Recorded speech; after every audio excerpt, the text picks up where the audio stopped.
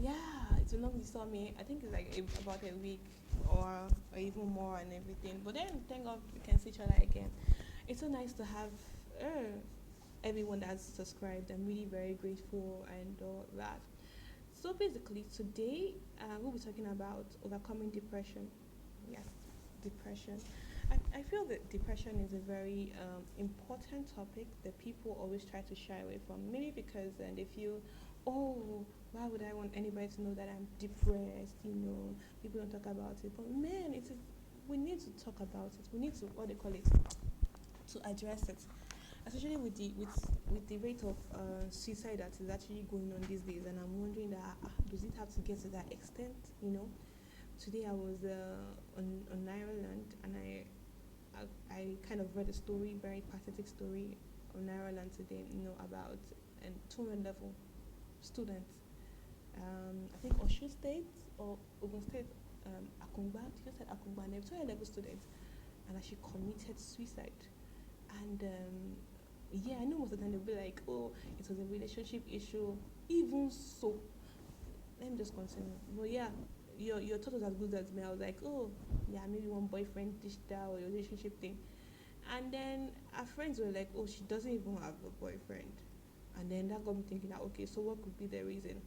But whatever the reason is, basically, I don't think it is enough to actually take your life, your own life. In the first place, are you the owner of the life?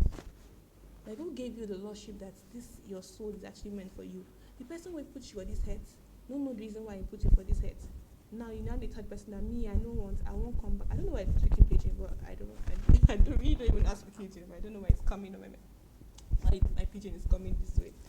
But it just shows the level at which this thing really like kind of it's really very hurting to see that young children, committing suicide and all that. And this suicide thing it's a ripple effect. You or the person don't kill herself, she don't go. Now how about the effect on the parents, the effect on the siblings, people will start looking at it from that family commit suicide though. Now that child commit suicide though. Now that papa commit suicide. You don't know what's into him. She just decides to kill himself. And psychologically, in the coming generation, you know, when a particular child already know that somebody in our family had committed suicide sometime, that will give that one the boldness of someone to commit suicide. I don't know why I'm talking about suicide today, but then it's an suicide is actually a foot a can I say an offspring of depression. So whatever I'll be saying right now about overcoming depression or whatever depression is, it is basically my own opinion, my own idea. If you go to the dictionary, go to this definition there. So this is basically my own ideology of what depression is all about. So let's start. What is depression? For me personally, I feel depression is a spirit. Yes, a spirit that you, the being, allows to actually take over you.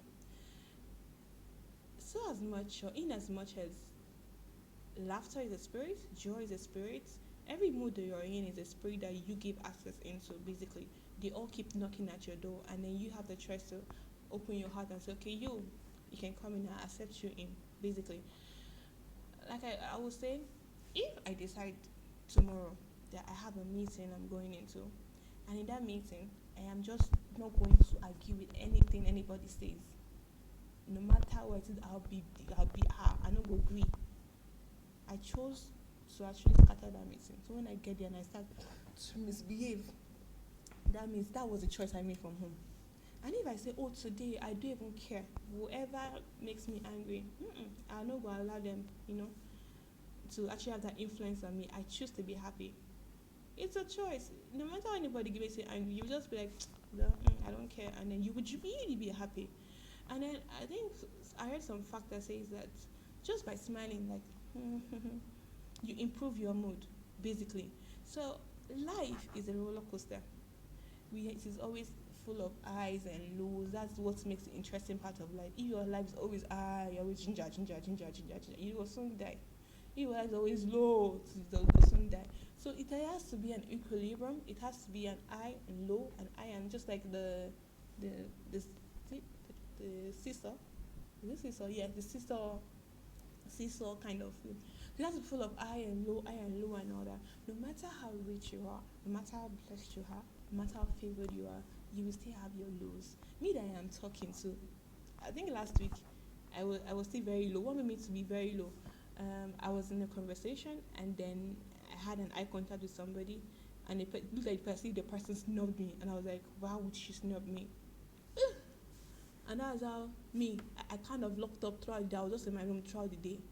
I never even go out. Meanwhile, the person that snubbed me, she didn't even see that she snubs me. Now me, they carry the matter for my head. Now me, I was one that was feeling very bad and very sad. I had to check on sometimes. I said, Fola, what is wrong with you? She didn't even know that she did this to you. It was a mistake. You could have done it to anybody too, And this is what happens with most of us too.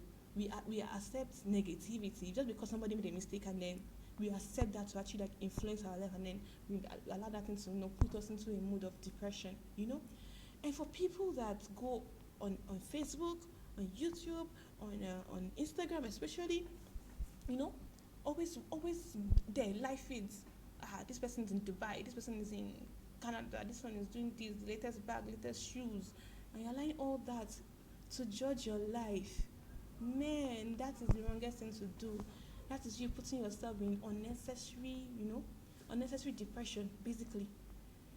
I feel this video, I think I have a lot to say about depression, and then I can't say all in one video. And that is why this small children, they commit suicide because they go on Facebook, they go on YouTube. People that are living fake life, they want to be like them. Mostly because I will not come on YouTube, I will not come on Instagram and start drinking Gary and be showing you I'm drinking Gary. Or if I'm sleeping on a mat in my room, if I don't have a mattress in my room, I will not come and show you that. Basically, I want to show you that I will do that. Basically, I don't like to show. Not like I don't like to show. Sorry, I'm just me myself. I don't like to not be who I am, because the thing is that by the time I show myself to you to be someone else, and you come and meet me in my natural self, how will I be having mouth to defend myself and you even trust me, basically? And that means that I don't have self-confidence. I mean, I have self-confidence, basically. So why would I want to lead a fake life? Or why would I want to show myself to be who I am not? But most of these people on social media are the reasons why some persons are really depressed. But even you there, but why choose to be depressed? Even though there's a certain channel, there's a certain person that you watch and then you want to be like them, I think you should work hard and then know that their time had come and your own time will come if you are working at genuine and if you are praying to God.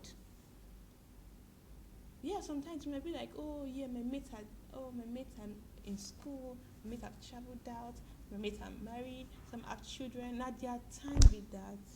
Why don't you just have faith that as it had happened for them, it will happen for you too, basically? Yeah, sometimes it's normal. You feel bad that, oh, my girlfriend just got a job maybe with Shell or Chevron. Of course, it's normal. Be like, so she has left me. Be happy. Be happy for the person, because I feel happiness is a positive thing, and then it brings positivity along with it. So whatever it is, any friend, any media, any environment that breeds negativity to you, that make you to now become depressed, cut off from them. It's just ideal. Cut off from them for the sake of your mental health and everything, because this depression, like I said, now spirit, it comes knocking on your door. Now, and you choose to what they call it, to accept it in or not, and then you are noticing that you are getting into that low mood. If you are the type that likes music, get a music, start dancing. If you don't like it, talk to somebody. That's why you should have genuine friends, people that are not fake, people that are really real, people that are very open. Talk to them. This is how I feel. Your siblings. That's why we should promote, sibling culture between our children. So even aside from sibling culture between our children, how about our parents? What about our parents? How many parents actually have the time to tell their children that, oh, I love you before they go to work, or just give them that hug, that you're the best and everything? Some parents will be there. They'll be adding what they call it. What is add up on top wood that we make people to? They'll be adding spirit atop the wound rather, to make it pain them. They say, look at you, look at where your mates up. That's what some parents will do. They'll be comparing their children with others. Well, thank you for my parents. They never do that. My parents will even tell you that you're the best. Basically, you always set out to be the best. So as parents, what do we do to our children and all that? We know that some children are influenced. Another story that I read of recent, or I think I watched online of recent, was the story of a particular guy that he was depressed. I guess all those maybe school bullying and all that. And in the morning, he went to his father's room, and then the father saw the way he was looking. I was saying, guy, what's what's wrong with you? Are you okay? He did not tell his dad I wasn't okay. He just said, no, dad, I'll be fine. Then the dad told him that, be careful, I love you. Of course, daddy had to go to work. But daddy already said, be careful, I love you. That wasn't enough for this guy. The daddy already went to work. So that this guy entered bus and went to the Golden Gate. And by the time he was coming out from the bus, of course, it was fidgeting because he was thinking of, oh, should I do this? Should I not do this? And everything. So he was still fidgeting and all that. That's how, driver, when they got to the Golden Gate, the driver now said, oh yeah, guy, you don't reach your bus stop, we'll make you come down. That kind of thing. And he said, someone in the bus was like, what is wrong with you? Why is he behaving like this? Maybe if that person had actually just smiled at him, that was what he was saying, maybe he would have just reconsidered. But everybody's just me. The same thing I get to. You yourself, how nice are you to people? Do you know maybe the person that is walking beside you, maybe that's even their last day on earth. Maybe they've decided that that's their last day on earth. But maybe if this babe, if she should just smile at me, or if this guy, maybe if she just say hi to me, just a friendly hello, maybe I'll change my mind. But you are walking on the street, you're forming akagon, you the bone, you'll be boning your face. Somebody says hi to you, you will just be putting all your depression, all your anger on everybody. No, because the thing is that in this life that we are not only around for ourselves, we are also in this life for other persons. There's a lot to really say, but I need to really drive the point. And those people that commit suicide, they live your life not only for yourself.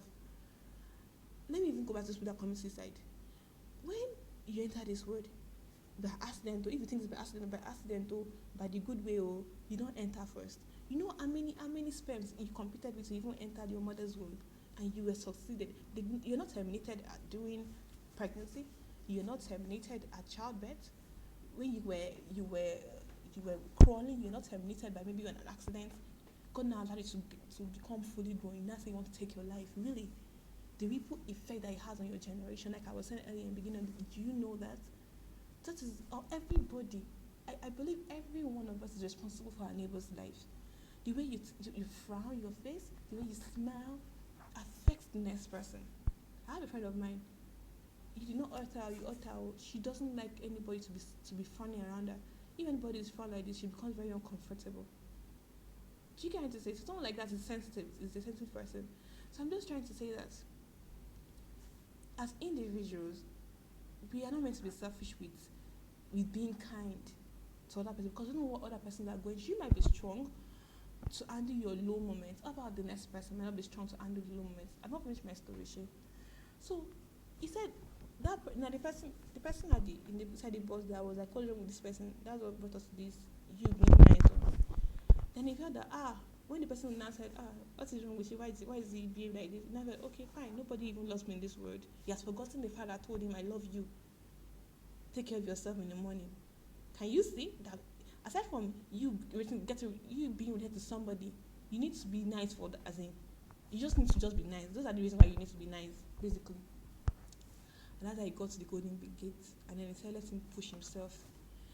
From my research, I found out that 99% of those people that committed or attempted suicide, I've never done before, but I recently that attempted suicide there, at the last minute, at the blink of it, they are begging for mercy. They don't want to die anymore.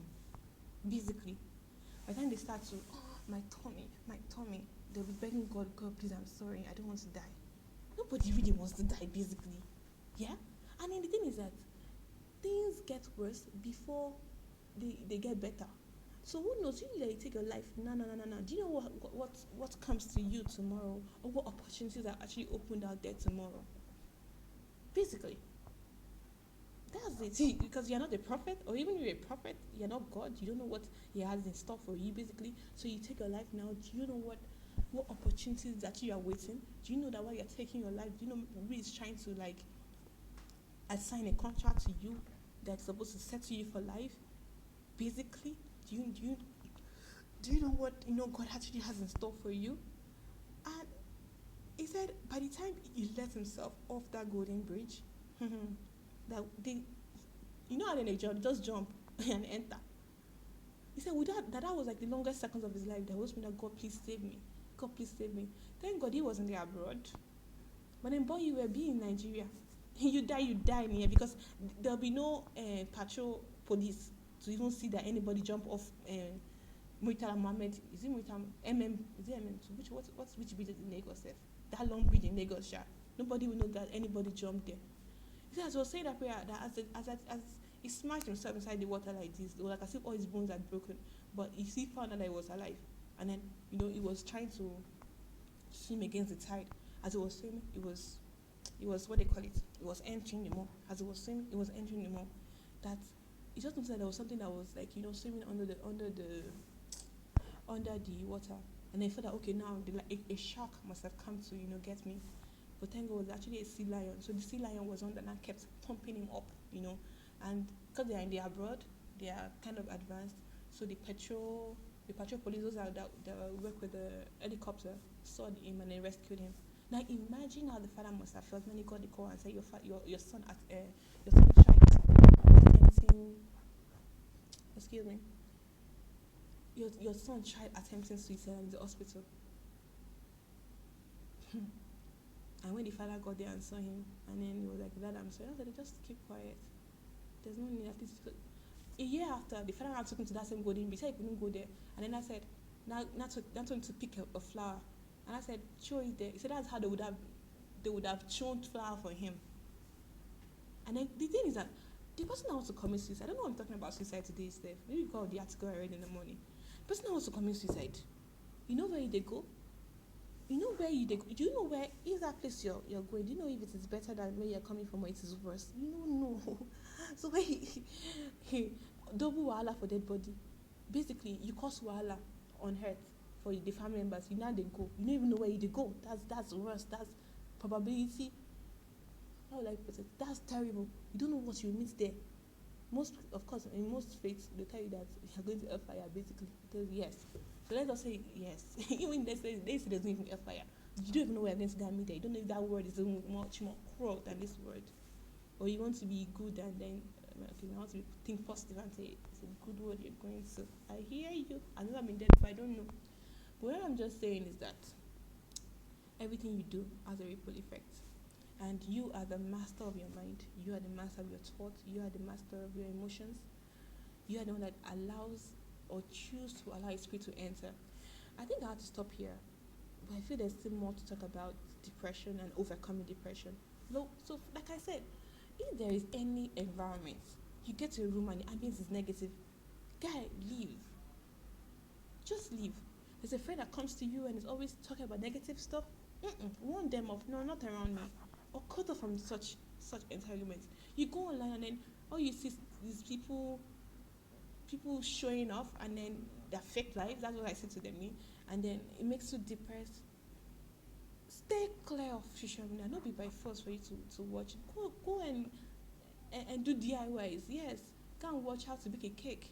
Those things for me lift up my spirits. Yeah, how to bake a cake, how to paint. Those are the things that give me energy, ginger.